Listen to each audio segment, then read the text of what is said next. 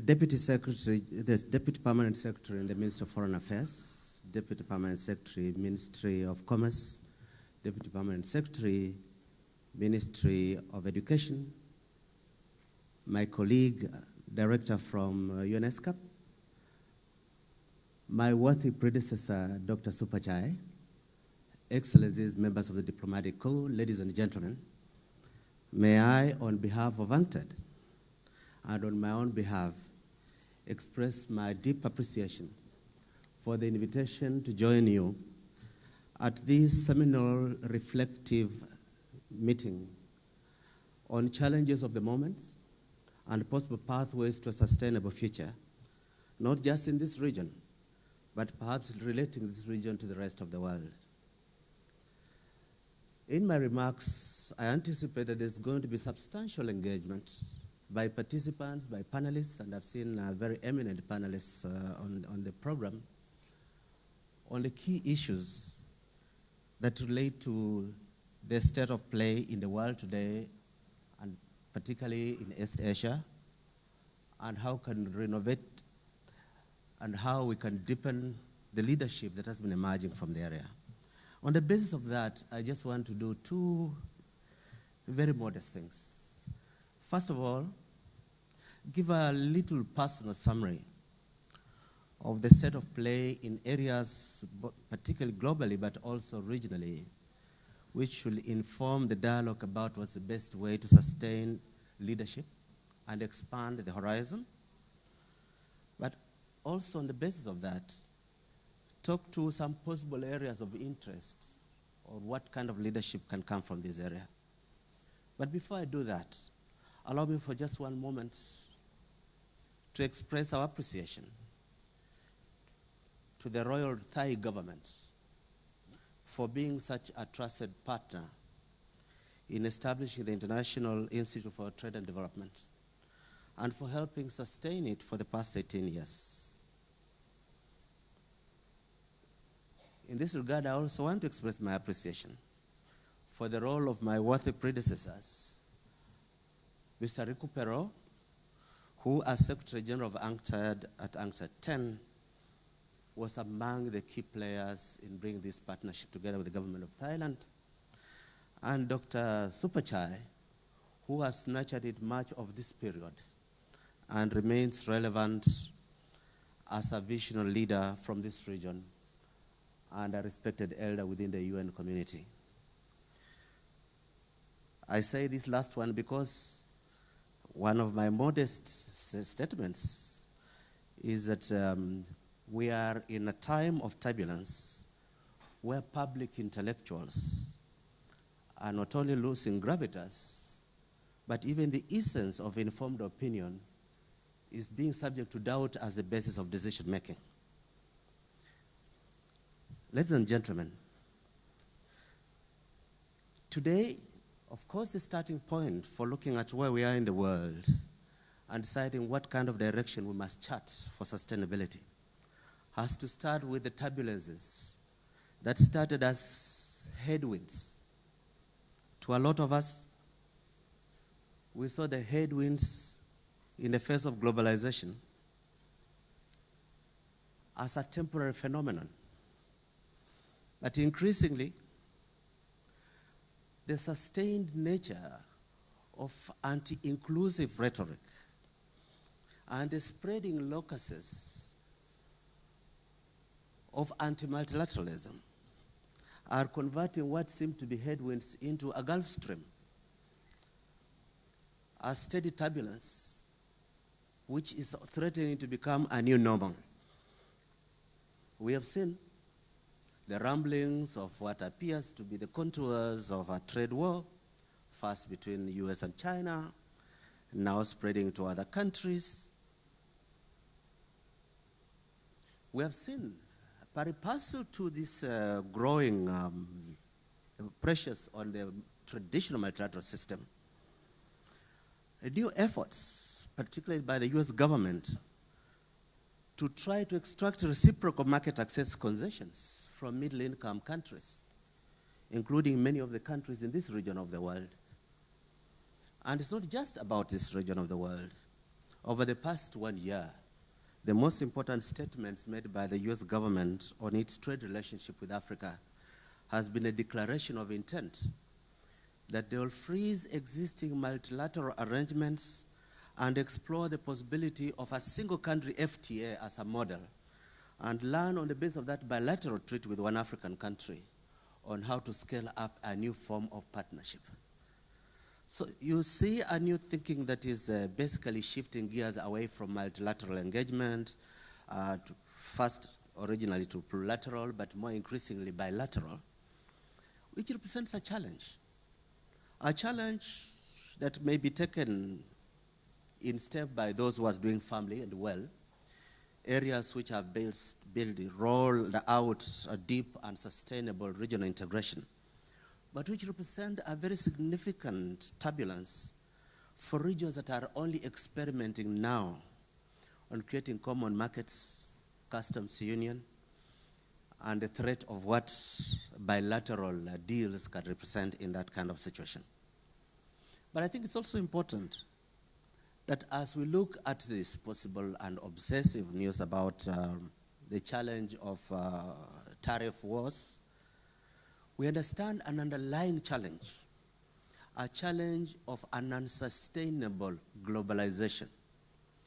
When Dr. Supachai presented a vision of an inclusive and more humane globalization, there was a lot of ridicule in the traditional institutions of liberalism that how can globalization be humane? How can you talk about globalization like something you can tame and organize? But these were some of the early drum sounds about the structure and nature of a non-inclusive globalization. The neoliberal assumption that if you just open up markets, they will create wealth and they will fix social inequality and injustices was only half true. What we have seen is the reality of how globalization has lifted millions out of poverty, how the Asian tigers and the entire East Asia and South Asia regions have driven the opportunities of globalization to create wealth and liberate livelihoods. But there's also the other side of it. One, in the traditional industrialist North, the past generation of globalization has first and foremost coincided with the retreat of the welfare state. Many times we wish away the reality that we are only looking at angry people as if they are a product of globalization. But they are angry because of vulnerability that is partly associated with the collapse of the welfare state. If you look at the decline of the traditional social democratic ideology that colored labor parties and social democratic parties of Europe, there was a core about public responsibility for health, public responsibility for housing, public responsibility for affordable quality education, and livable pensions. The reality is that in the period of triangulation around the time of Tony Blair and Clinton, a center to right readjustment of the social democratic movement in Western countries undermined the social network that always cushioned the vulnerable in society. So part of the challenge is an emerging reality of the consequence of the decline of the social network that existed as part of the Western democratic model. But there's a second reality. As Warren Buffett said very interestingly, it's only when the tide is out that we know who has been swimming without trunks. What globalization has done is that it opened up all areas of global trade to competition. And the historical development of a pursuit for competitiveness that has informed Eastern Asian culture well suited this region at a time when other areas were taking things for granted. So the natural consequence of opening up and the logic of open markets was that the pursuit of competitiveness shifted attention and expansion of global value chains into this region of the world. And the consequence, of course, is shrinking middle class in some of the traditional industrial societies. This has been a cause and an excuse for a rising form of protectionism and a new form of tribalism or nativism, which rejects the other and seeks retreat from global engagement. It is my argument that a combination of factors has created a platform where maybe it produced populism, or in fact, it created conditions under which right-wing populists could exploit public anxiety and anger to rise to power. Whatever chemistry between those two, the reality is that we are living in times like we've never known before. Apart from the language of trade war, we see what's happening to the premier institutions of multilateralism. My colleague from UNCTAD has mentioned a bit about the challenges at WTO. I live and work next to WTO. And there's a reality that, whereas it has been true that for many years, since the days when Dr. Supachai was the head of WTO, there have been some countries that have been very slow-footed in embracing the possibilities of disciplining trade rule-making to be an enabler of development and inclusion. But we're now at a moment where some basically are taking positions that threaten the very existence of the institutions of multilateral rulemaking. The paralysis in the dispute resolution mechanism, occasioned by some countries vetoing appointees to the appellate body, and the deliberate efforts to enter non-agreement for the first time to record that we are not agreeing on anything at our ministerial, represent very, very severe threats to the existence and growth of this institution. What does it mean? One, it means that the plurilateral approach to rulemaking, the normative work that is done by regional organizations for their members with the possibility of extending outwards, is increasingly going to be important as a theater for creating the agreed norms for doing business, for relating with each other. Two, that as East Asia and Southern Asia increasingly become important centers of international commerce, they are going to have to make decisions to bear a lot more responsibility for the multilateral process than has been the case before. While the history of multilateralism was born in the spirit of Havana and in the body of the NATO members, increasingly, the axis of international engagement and leadership has to shift by the nature of business today to this part of the world. And increasingly, what will be required of the leadership in this region is to think big and act bigger. If I may just give some of the reasons why I think that this leadership is not only a possibility but an inevitability, I want to quote a bit from our latest World Investment Report. One of my colleagues is in this meeting and will give a substantive, detailed account of some of the key findings in this report. But I just wanted to mention 2 or 3 things about this report now. One, that in our World Investment Report 2018, we found globally a massive decline in FDI movement. Globally, 23% reduction in FDI flows.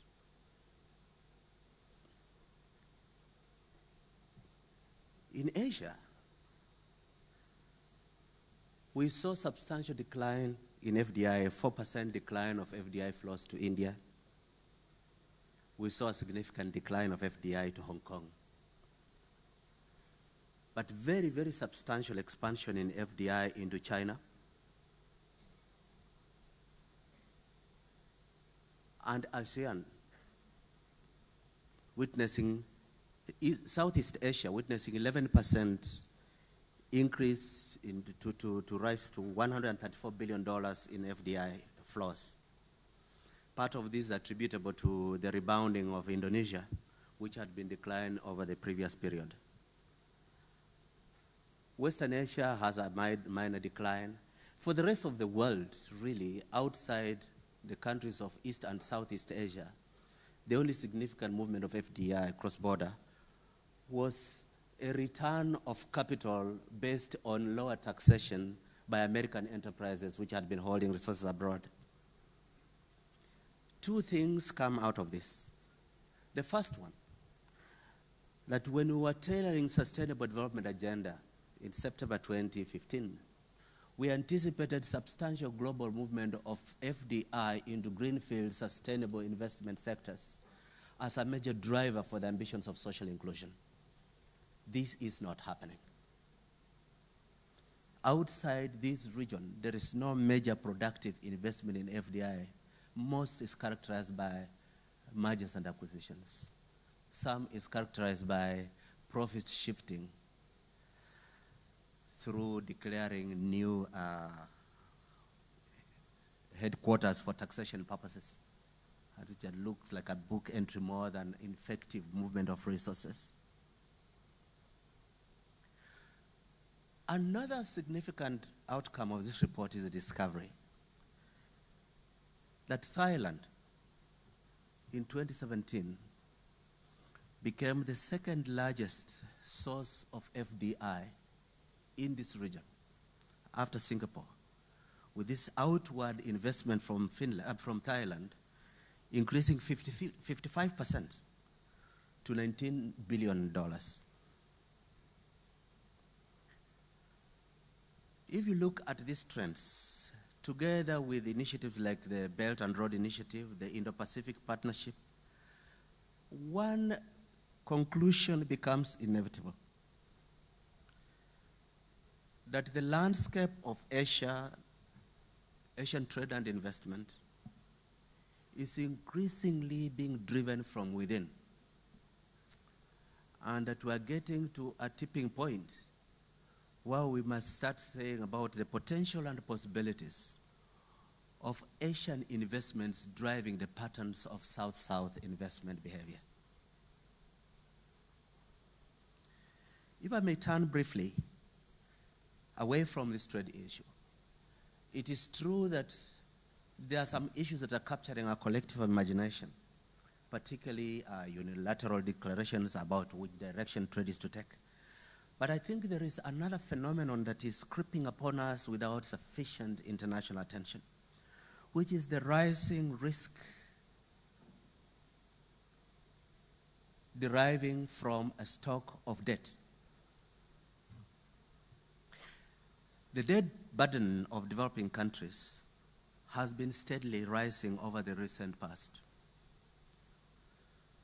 While the global average debt to GDP ratio has rose to two-thirds today, the biggest challenges are twofold. One, according to IMF's own reckoning, out of the poorest 67 countries in the world, only 11 are free from the risk of an imminent debt default. Two, among the emerging economies of East Asia, private corporate debt is a major phenomenon with the potential of interfering with public balance sheet. How do I mean? That a substantial amount of the corporate debt of the 16 most important emerging countries in this region, which has increased from 60 to 100% of GDP over the past post-crisis decade. A substantial part of this has been put into public-private partnerships, which are guaranteed by the state. When there's default, the divide between public and private debt in the developing world usually disappears. This has been a model we've seen in Latin America, and this is a model that we have to worry about. And I mention this not so much that we should be frightened of what's before us, but that part of leadership in addition to looking at routes and patterns of investment and trade behavior, is to start to look at collective debt workout mechanisms. We at UNCTAD have historically stood with the position that the only way to deal with developing world debt is to establish clear, rule-based, transparent methods of responsible sovereign lending and borrowing, but also of debt workout mechanisms to avoid the humiliations that have been characterized in some countries in Latin America and that we saw recently in Greece. Ladies and gentlemen, up to this moment, I've been concentrating on traditional trade and investment issues. If you may allow me just 1 minute to touch briefly on the phenomenon of electronic commerce. We at UNCTAD, since 2004, together with the International Telecommunications Union, have been charged with the responsibility of measuring the depth of what was then called the information economy, which is basically now what we call the digital economy. And a number of things are very clear to us today. First, that over the past 5 years, electronic commerce has been growing at 5 percentage points above global GDP, which makes it by far the fastest growing component of trade. The immediate challenge for us as policy level is twofold. One, how do we assist the vulnerable, particularly countries that have been left behind or are falling behind, in identifying what are the specific challenges of infrastructure, of skill development, of law, of privacy, and of electronic payment that are holding them back? How do we convert those challenges into investment possibilities? Two, how do we contribute to creating conditions under which the potential of electronic commerce as an enabler of inclusive prosperity can be addressed in the context of the SDG agenda? We at UNCTAD are very happy, and I want to thank the government of, the Royal Government of Thailand and the ITD, that we've been working together to help diagnose the state of play, particularly in the LDCs in East Asia. Together, and with the support of this center, of the Institute, we have been doing the rapid trade assessment studies of the LDCs of this region. In a way that was so successful, it has triggered an overwhelming surge of demand on our organization to support diagnostic studies on e-commerce preparedness, both from LDCs elsewhere in the world and increasingly Latin America and Eastern Europe, among non-LDCs emerging economies. Two things are clear.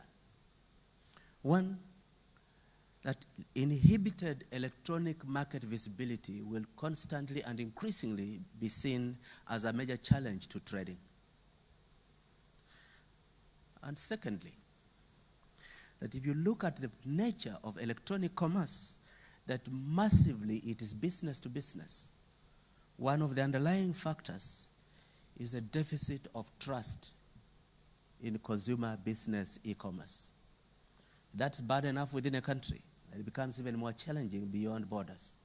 And what it means is that institutions of a regional nature, like what you have in the ASEAN region, should start assuming greater responsibility in addressing across the border, beyond the border issues that are inhibiting a digital common marketplace.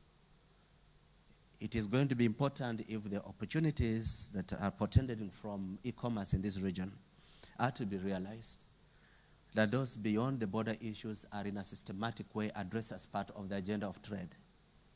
And some of us, as you assume greater leadership in global trade and investment issues, you may lead by example in modeling solutions of beyond the border deficit of trust, the convergence of regulation regimes, collapsing of multiple wallets, electronic wallets, in a way that can inform modeling similar enterprise elsewhere.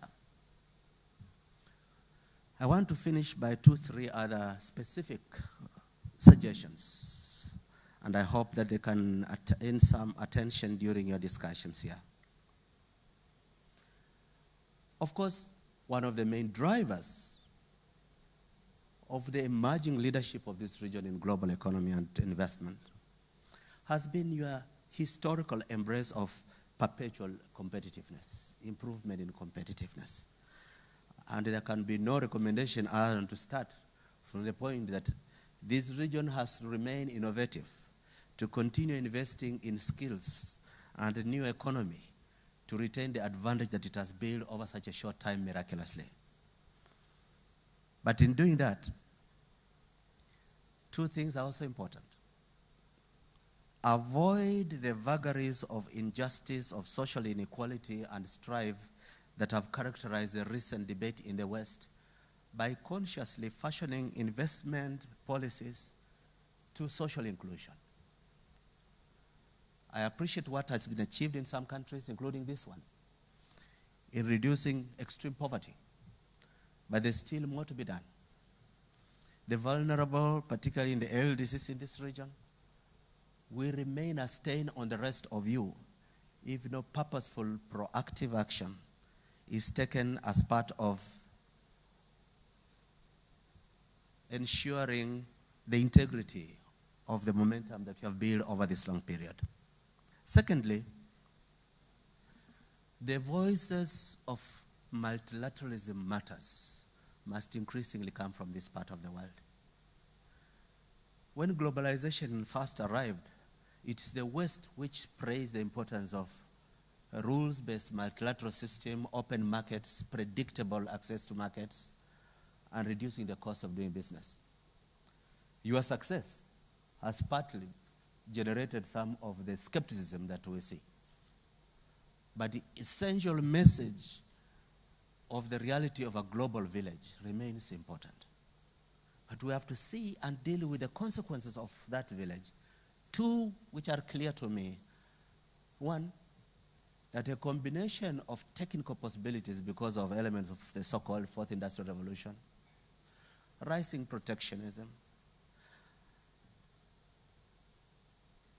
and the entire turbulence that I mentioned at the start of this presentation has contributed to the shortening of global value chains. So if you see your regional trade is much more internally driven and more internal, it's a reality that global value chains are getting shortened by technology and politics.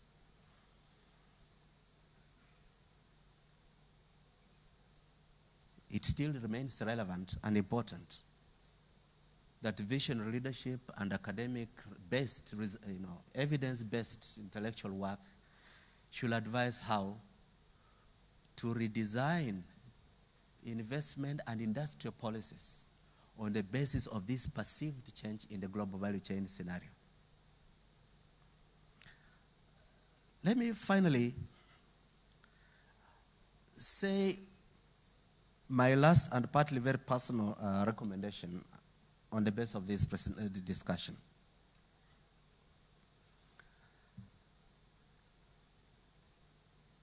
The most sustainable form of regional integration consciously avoids being excessively inwards looking. When integration becomes obsessively inward looking, you erect walls around yourself. You reduce the strength that has come from your international engagement. I think it's important that while taking stock of the reality that your primary market is going to be this region of the world, your architecture of regional integration should be outward looking. You should be building on your complementary competencies in a way that prepares you for larger global leadership than just leadership in your own area. This includes, one, as I mentioned earlier, becoming more bold and more assertive as leaders of the multilateral process. That rules-based, predictable trade regime matters. That the global village cannot be disrupted by short-term political gain. But I want to suggest a second component. Within the UN family, we have been mentioning and repeating the growing importance of South-South cooperation. The concept sounds appealing, but it cannot translate into any gainful economic activity unless there are leaders who are ready to pick and run with it. When I was coming here, I was reflecting on something. I am the second Secretary General of UNCTAD to come from Africa in its 53 years of existence. My predecessor as an African Secretary General of UNCTAD was in office in the late 80s. And what characterized global trade at that time, the Washington consensus was that developing countries should stop investing too much in education, in health, in the social investment, privatize health services, privatize education, basically convert the education system into polytechnics for technical solutions. The thinkers will be provided by societies that can afford to invest in that. And we saw the most rapid social decline in Africa in the period of structural transformation.